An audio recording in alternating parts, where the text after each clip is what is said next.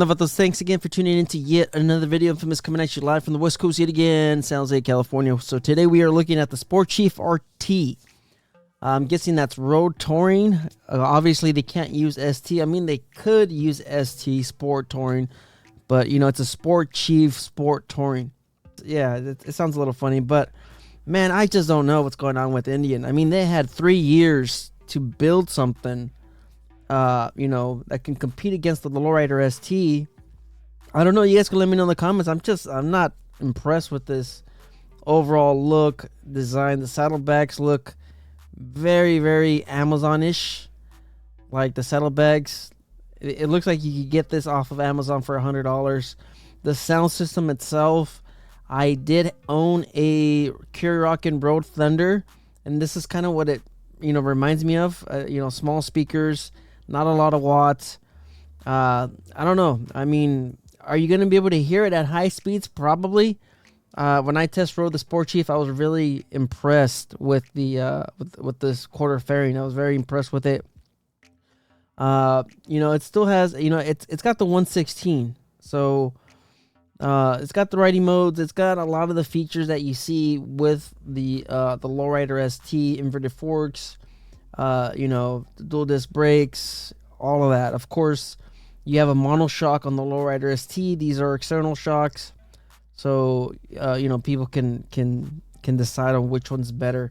I think the mono shock is better, but that's a whole argument on itself. But I don't know. I guess I was expecting something a little bit more touring, like a frame mounted fairing or something. I just don't dig the saddlebags. They lack design. They lack capacity. I know the the FXLRST, the sport touring saddlebags, they don't hold a lot of cargo space, but you know, what they lack in cargo space, they make up for style and design. You know, what else has changed? Nothing. They didn't add an oil cooler. I believe they should have at least done an oil cooler, something to kind of just help the cooling on these. I know the rear cylinder does deactivate, but Harley's been doing that for some time too. I don't know. I mean, I think they could have done a little bit more. Maybe next year, maybe we'll see something different as far as a fairing or something like that. But we actually have like a little 3D image here that you guys can look at. We can look at it. I don't know. I just don't dig these saddlebags. They're absolutely just hideous. I don't know. Maybe I'm wrong. Maybe there's somebody out there. I wonder if this actually comes with that seat. So it does have a step-up seat. I believe there's also a two-up. Yeah, so you also have two-up capabilities. So they added the rear passenger foot pegs. You have a two-up seat. The seat looks nice. I like the way it looks. It looks just like a Saddlemen. You still have the 4-gallon tank, of course.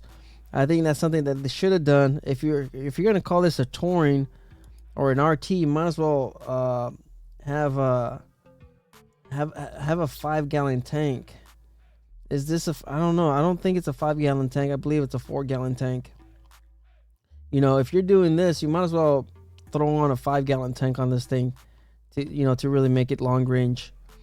You have 10 gallons of cargo capacity, but they're just so hideous, absolutely hideous. These are really ugly saddlebags. I'm just saying, you know, you had 3 years to develop a proper RT or an ST, and this is what you came up with. It's a letdown. And then of course the audio system. I mean, 90 watts. Really? 90 watts? I think I have a 600 watt amp on my bike. I'm pushing out 150 watts in each speaker. I have 4 speakers on my bike, 600 watts. How are you powering? I know, I get it. It's 2 tweeters, and you have 2.5 inch speakers. That's not going to be loud enough. It's not. But like I said, I mean, the fairings are very great. It does block a lot of wind noise. I think I like it overall over the Kurokin, because the Kurokin hangs on your handlebars. this is nicely tucked in behind the frame. So it's neat that they were able to get all of that in there. I'll say that much. All right, the design of the audio system is great, but I would rather have a Plex audio system in there. But I understand that there's not a lot of room in it. I think overall design, it looks pretty good. So for the price, of course, you guys are looking at it right here. This is $22,300. Well, $22,500. So the neat part of this, of course, is it's all blacked out components. Unlike the Sport Touring, the FXLRST, you will now have to dish out an additional $1,100 for the blacked out components, if I remember correctly. So if you're looking at the Lowrider ST, I believe that's $24,000, and I believe if you want the blacked out one, it's going to cost you $25,000. So this is still, $3,000 cheaper than the Lowrider ST. I don't know. You guys can let me know in the comments which one would you lean towards. Let's go ahead and look at the specs real quick. I wonder if it has. Of course, you also have the TFT display on this one. That's something that you don't have on the on the Lowrider ST. You don't have the TFT display. What is this? What they have? It's got a 4.5-inch woofer, and it's got the 2.5-inch speakers, and then it's got the 1.5-inch tweeters. So it's got there's another speaker somewhere in there. So 90 watts is not much, but of course these are tiny little speakers. I don't know. Like I said, I had the Kiriakin Road Thunder. I was not impressed with that. That speaker system was actually closer to me. At high speeds, you really couldn't hear it. I wonder how this is gonna perform on the highway freeway. So let's see what else they have. They have the piggybacks. That was Fox. That's something that they did last year. You also have the risers. You could actually upgrade that to an 8-inch or I believe 10-inch. You have the 116V twin engine. I don't think they've done anything to the powertrain. Like I said, I think I would have liked to have seen an oil cooler, just to add a little bit more cooling. More cooling means more performance, of course. So what else do we have? Full LEDs. Yes, there's the TFT display.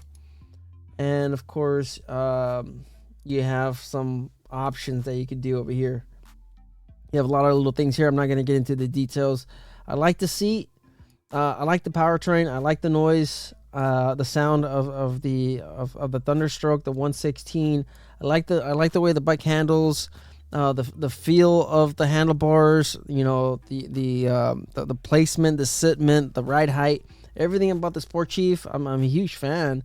It's just that really, they really messed up the saddlebags. I wish they had done something with that, but. At 22.5, guys, that's pretty good. All right, you're not getting a billiard gray. You're getting the black smoke, which is pretty much the denim, or the matte black. You're getting that. For the extra colors, it's only an extra. Is that an extra $400? Yeah, it's only an extra $500 for the colors. So if you want this, this one looks like an Iron Horse metallic. So this one's actually pretty neat. So the heavy metal, that's going to cost you an extra $500. So that's not bad at all. Having the color options. Of course, if you go to Harley's website, you're paying maybe $600 for Vivid Black or $300 for Vivid Black, and then you're paying, I believe, an extra $600 for these other colors. And then you also have the other colors, of course, where you're paying $1,900 for the what is it called, the Whiskey Fire, the Ghost Flame ones. So pretty neat. Let's look at the riding safety enhancements. I'm guessing, yeah, here. So it's got ABS, it's got ride modes. That's pretty much it. That's all it's got. It's got the ride modes, it's got the ABS as far as technology. It doesn't have the rider safety enhancements that you do get on the Harley-Davidson, which is ABS cornering, ABS traction control, the tire monitoring system, the tire pressure sensors. So you have all of that. You have a little bit more rider safety enhancements or rider assists on the Harley-Davidson. So, I guess you could trade off, you're trading off $2,000 worth of rider safety enhancements, compared to that. But once you look at, I guess that's what it is. TFT display, the 116. It's not oil cooled, of course. I mean, everything's oil cooled, but I'm talking about like the radiator. It's mainly air cooled. On the Harley-Davidson, you do have an oil cooler. So inverted forks, like I said, it's a good overall bike. I don't know. I'm just not impressed with the design. I think they could have done something with the fairing, and they could have done a little bit more with the saddlebags. If they had done that, I believe they could have probably knocked it out of the park. But of course, you're not really raising the price that much. So research and development, R&D is not there. It's pretty much still the same bike. You just have the saddlebags, and that's it. I, for one, I would rather get the Sport Chief and then buy the Leather Pros, or buy something else. I don't know. These saddlebags are just not it. So anyways, thanks for tuning in. Thanks for watching. Let's just get out there and ride. Later.